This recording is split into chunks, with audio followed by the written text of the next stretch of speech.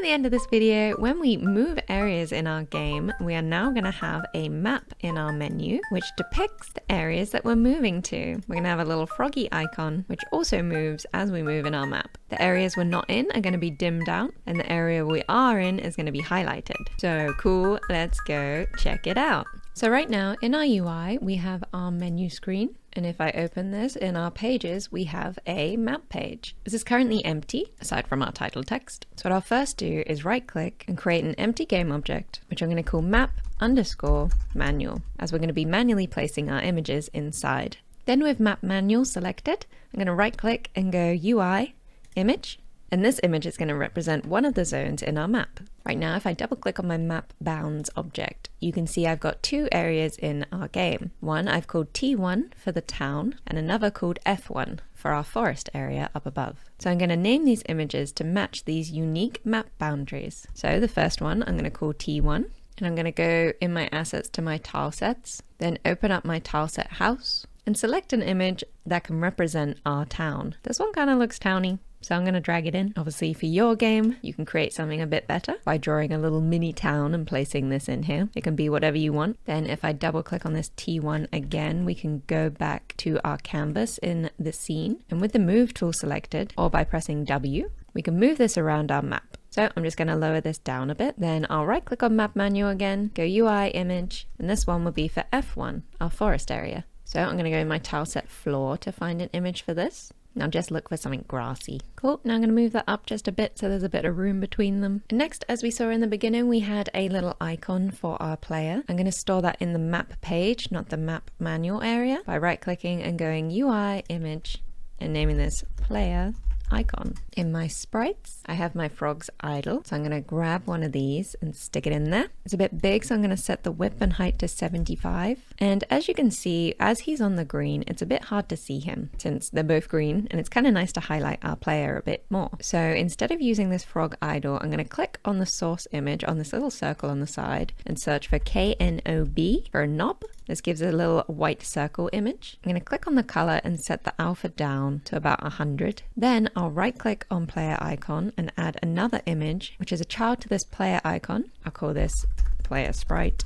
And now I'll drag in my idle image and make his width 50 by 50. You can see he's a bit off center as our sprite has a bit of headroom. I'm just going to drag him up and center him in the middle of this knob. Very nice, we got a little player icon on our map location. So cool. Next, on our game controller, I'm going to right click on here and go create empty and call this MapController_manual. I'm going to use this object to hold our script for our controller. Let's go add component, new script, and call it MapController_manual. And I'm calling everything _manual instead of just map controller, as in the next video I'm going to be doing a different type of map which is going to be dynamically made based on these boundaries. But for now, let's go inside our script by double clicking on this. Now in here we're not going to be using start or update, so we'll delete these, but we are going to want our script to be a public static map controller manual instance. You can type brackets get : set. Now by making this an instance, you can call any method in this script from other scripts without having to pass over references. And as this is going to be used in quite a few places, I've decided to make it an instance. So cool, next we're going to want a public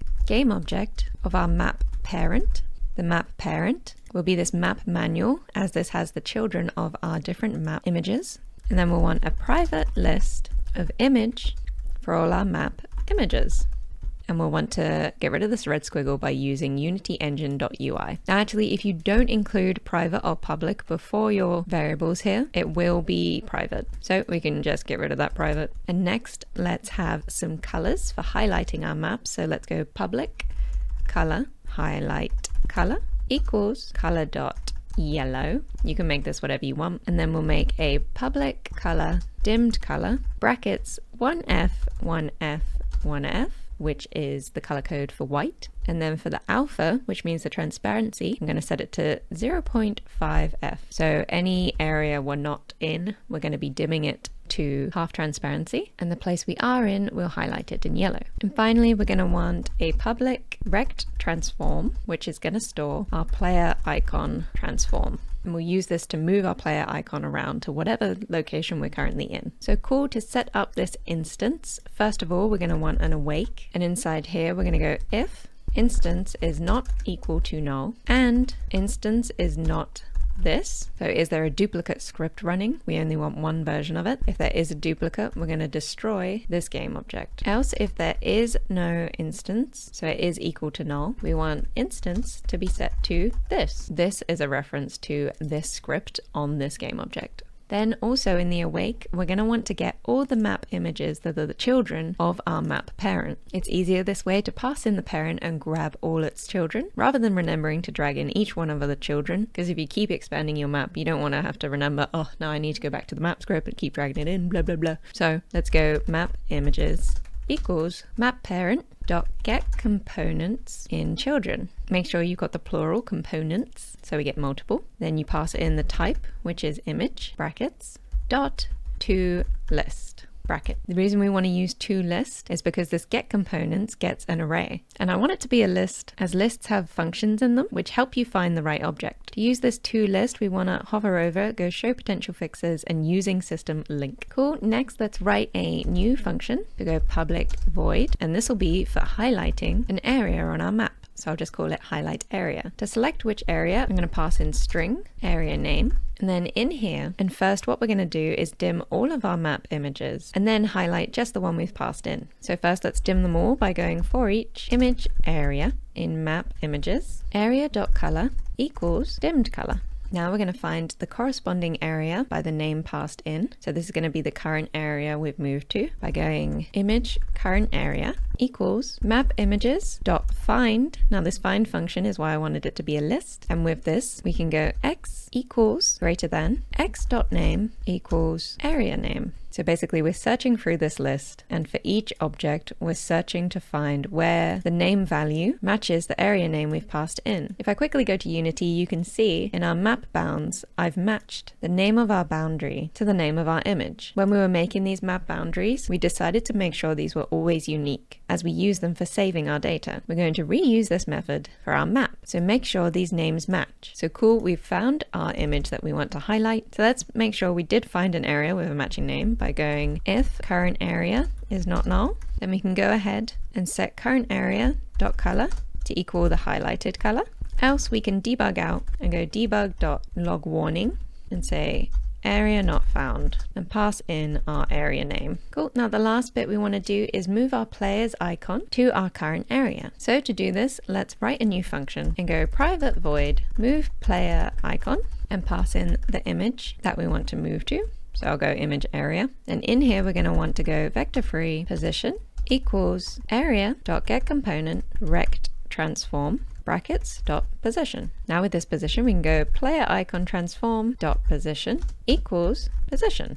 Now that I see how short this code is and that we could just cut this off and stick it here, it's currently a one-line function. So instead of doing it here, we just need to move this one line to where we have the area we want highlighted, which is inside this if. So let's cut this player icon transform by going Control X and paste it with Control V up in this current area, and we'll get rid of that function. Just change this area to be current area, and cool, our MapController script is done. Let's go back to Unity, and under our game controller object, I'm going to click on MapController manual. You can see we need our map parent passed in, which is this map underscore manual, the parent that holds your images, and then our player icon transform. So that'll be our player icon. Cool, now we're going to want this to change whenever we move area on our map. There's two times this happens. One is when we walk into one of our waypoints and switch to the next location, and another is when we load in our game. As when we go to our settings and click save, we store the location we were in, and when we close our game and press play again,